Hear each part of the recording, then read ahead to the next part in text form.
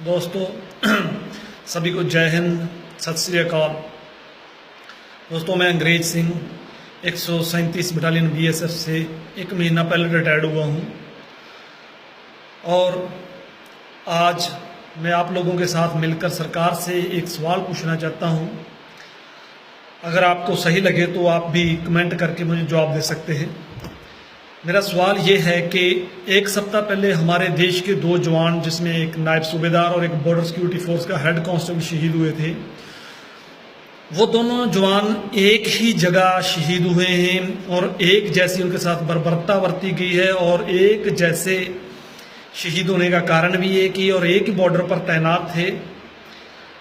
अब बात यह है कि जो सेना का जवान शहीद हुआ है उसको शहीद का दर्जा दिया गया है और उसके परिवार को, उसकी पत्नी, बच्चों को सुविधा देने के लिए जो सरकार है वो एक सैनिक की तरह जो है सुविधा देगी। और जो बॉर्डर सिक्योरिटी फोर्स का जो जवान शहीद हुआ है उसको सुविधाओं की बात तो बहुत दूर रही, उसको शहीद का दर्जा भी नहीं दिया जाएगा।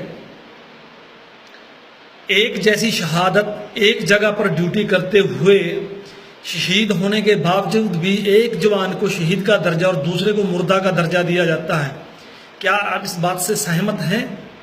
मेरे देशवासी क्या इस बात से सहमत हैं कि ये सही है?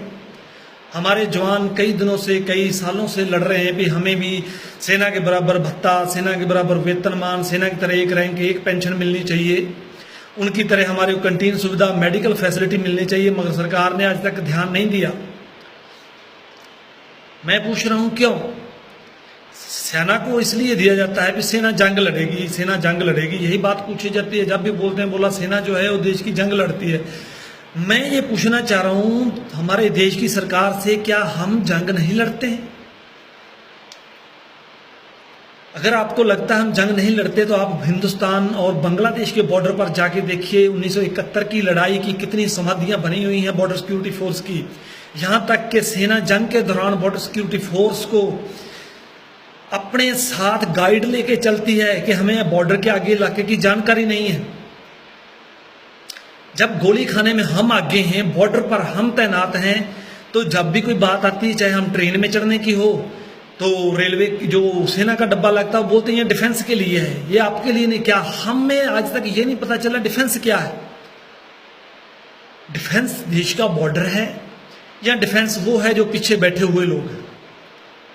मेरे देशवासियों, मेरे दोस्तों, भाइयों, बहनों, देश के आप लोग हर रोज जो भी है कोई पोस्ट डालते हो उसमें नीचे लिखते हैं भारतीय सेना जो है बॉर्डर पर हमारी रक्षा कर रही है, भारतीय आर्मी है और 24 घंटे जगती है।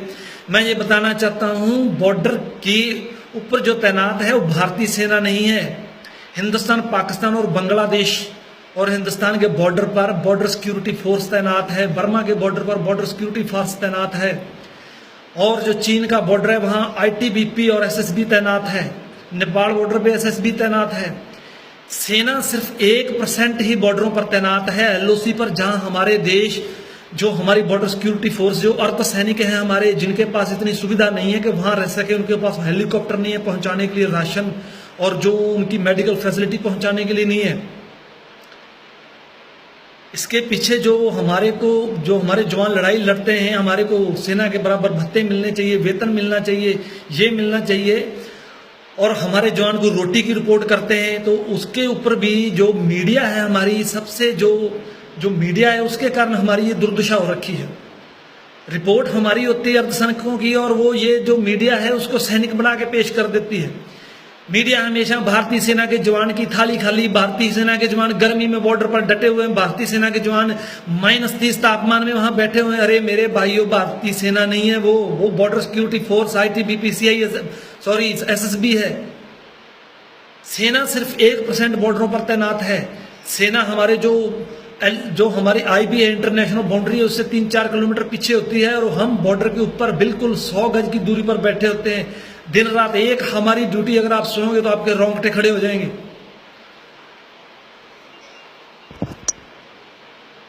आपके रोंगटे खड़े हो जाएंगे। हमारे जवानों की 24 घंटे के अंदर 21 घंटे लगातार ड्यूटी है, वो भी स्टैंडिंग।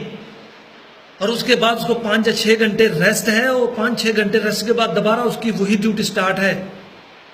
अगर मैं ड्यूटियां अगर आपको बताने लगूंगा तो ये बहुत लंबी हो जाएगी पोस्ट, मगर 21 घंटे लगातार ड्यूटी है, 7-8 घंटे रात को, और सारा दिन ही बॉर्डर के ऊपर ही खड़े रहना है, किसानों के साथ बॉर्डर के पार, तार के पार खड़े रहते हैं कि पाकिस्तानी इधर उधर न कर दे। 24 घंटे आंखें फाड़ फाड़ के पाकिस्तान की तरफ देखते हैं, कोई देश का दुश्मन अंदर ना घुसा है। दोस्तों, मैं आपकी जो है हमारा समर्थन मांग रहा हूं हमारे अर्धसैनिकों के लिए। क्या हमारे को उनके बराबर सुविधा, उनके बराबर भत्ते, एक रैंक एक पेंशन, और हमारे जवान को शहीद का दर्जा मिलना चाहिए जहां नहीं मिलना चाहिए। एक साथ शहीद होते हैं, एक शहीद का दर्जा और दूसरे को मुर्दा का दर्जा। हमें बड़ी निराशा है और हमारे जवानों के अंदर हीन भावना भर गई है। हमारे वेतन भत्ते देखकर, हमारे को जो शहीद का दर्जा ने दिया, इसको देखकर हमें रिटायर आने के बाद कोई नौकरी नहीं है, कोई सुविधा नहीं है। हमारे पुराने जो अर्धसैनिक गए हुए हैं उनको 5-5 हजार 6-6 हजार पेंशन मिल रही है, जो शायद आजकल कई स्टेटों ने बुढ़ापा पेंशन भी इससे ज्यादा बढ़ा दिया है। हमें शर्म आती है, वो इलाज नहीं करा पा रहे हैं बुढ़ापे में, जो बच्चे हैं किसी को पूछते नहीं है, और उनकी 5-6 हजार में इलाज नहीं होता है तो खाना कहां से खाएंगे। सेना को तो कर दिया एक रैंक एक पेंशन, जो आज जवान पेंशन चाह रहा है उसके बराबर पुराने वाले हौलदार जो गए हुए हैं, या पुराने वाले जो नायब सूबेदार गए हुए हैं, जो ऊपर वाले रैंक है, सबको बराबर उनके मिलेगी। हमारे को क्यों नहीं? आपको उनकी जंग नजर आ रही हो, जंग लड़ेंगे जंग लड़ेंगे, अरे हमारी जंग लड़नी नजर नहीं आ रही है। जो आपको 30-35 डेड बॉडियां रोज छत्तीसगढ़ से आती हैं, 50-50 60-60 डेड बॉडियां आती हैं रोज, पत्थर जूते लात खानी पड़ती है, वो हमारी सरकारों की कमियों के कारण, वो आपको कभी नजर नहीं आती।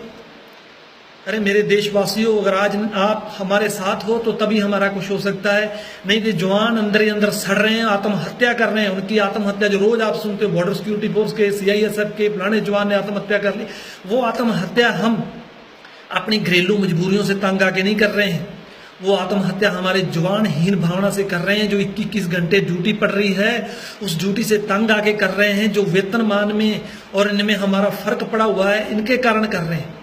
ना मेडिकल सुविधा ना कुछ, 24 घंटे वहां टंगे रहते हैं, कोई घर का काम नहीं कर सकते, छुट्टी टाइम पे नहीं है। अब आप बताओ हम क्या करें? मैं सरकार से मेरी निवेदन है कि जो अर्धसैनिकों के जवान आत्महत्या कर रहे हैं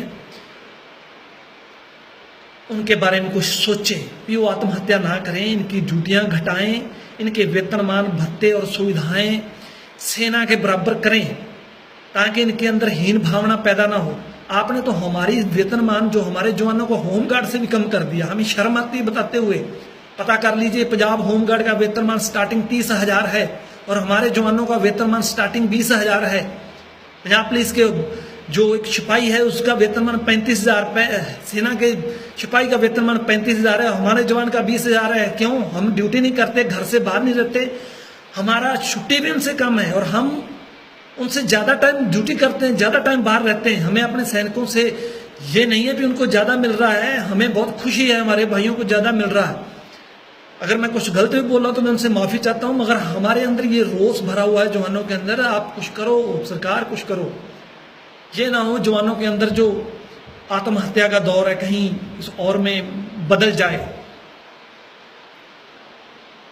मैं इतना ही बोलता, आप लोगों से सभी से अगर कुछ गलत बोल गया तो माफी चाहता हूं। और अगर आपको मेरा ये पेज अच्छा लगता है तो आप सभी लोग लाइक करो, कमेंट करो और इसको ज्यादा से ज्यादा शेयर करो। हर आदमी इसको शेयर करे। हमारी सरकार जो है आंखें बंद करके बैठी है, उसको भी पता चले ये सिविल लोग नहीं है, इनको आपने 84 के बराबर वेतन दे दिया है। ज्यादा से ज्यादा शेयर करें। जय हिंद, भारत माता की जय।